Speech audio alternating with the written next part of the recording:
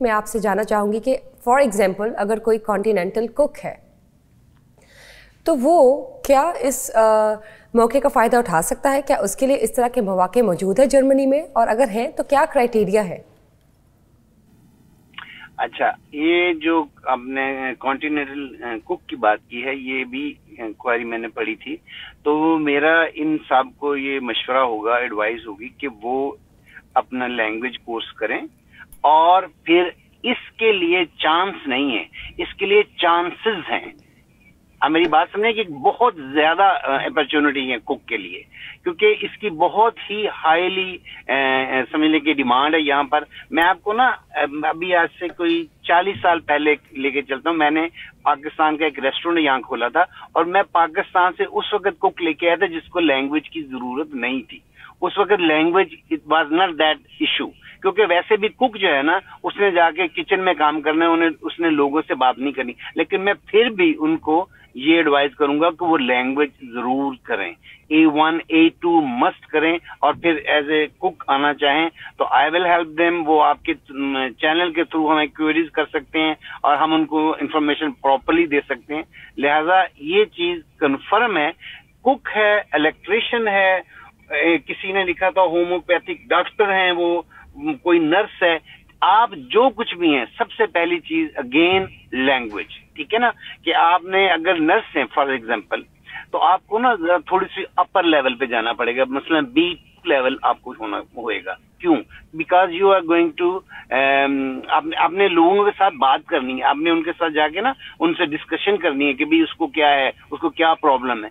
तो कम्युनिकेशन के लिए उनको आला जो होती है ना, यानी B2 जो है ना, वो सबसे ज्यादा आगे आ जाती है। तो वो नर्सेस के लिए वो है, डॉक्टर्स के लिए वो है। इसी तरीके से जो फार्मास्यूटिकल फार्मिस्ट किसी ने लिखा था, तो उनके लिए भी उनको B1 कम से कम चाहिए होगी। ठीक हो गया, ज़बरदस्त।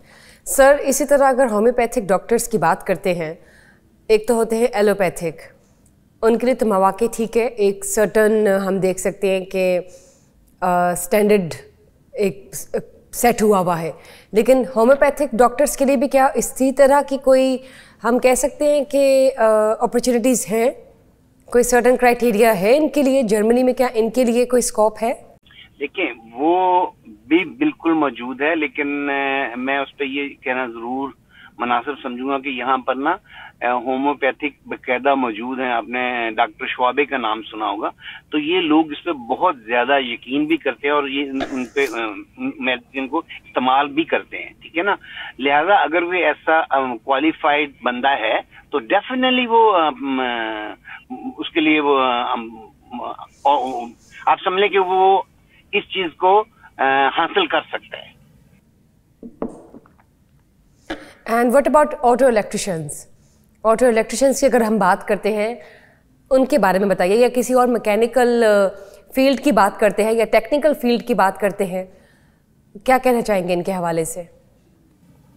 देखिए, मेरा ख्याल है इन सब पे हम एक चीज पे मुत्तफिक हो सकते हैं कि ऑटो इलेक्ट्रिशियन हो, फार्मासिस्ट हो, या होम्योपैथिक डॉक्टर हो, नर्स हो, इन सब के लिए आपको लैंग्वेज आनी चाहिए, फिर सारे रास्ते खुल सकते हैं। और मैं बार बार एक ही बात कह रहा हूं कि आज से 30 साल पहले, 40 साल पहले क्राइटेरिया डिफरेंट था। यहाँ पर इतनी डिमांड नहीं थी जो आजकल है। आजकल प्रॉब्लम क्या हुई है कि आज का जो नौजवान बच्चा है ना, जो जर्मन है, वो ट्रक ड्राइवर नहीं बनना चाहता, ठीक है ना।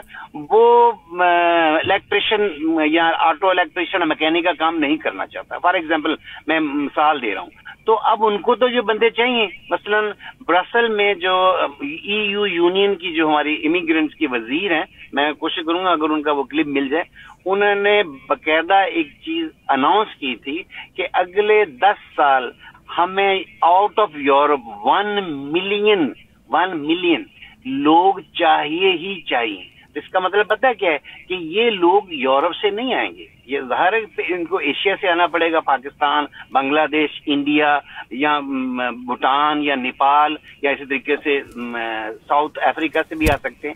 تو یہ ان کی ڈیمانڈ ہے، یہ ان کی مجبوری ہے. لہذا ہم ان کی مجبوری کا فائدہ نہیں، ہم ان کو ہم اپنے آپ کو اس میں اپڈیٹ کرتے ہیں. ہمیں اب بہت فائدہ مل رہا ہے کہ ہمارے پڑھے لکھے اسکلڈ ورکر اب یہاں لیگلی آ سکتے ہیں اور بغیر بڑی رقم خرچ کیے آ سکتے ہیں.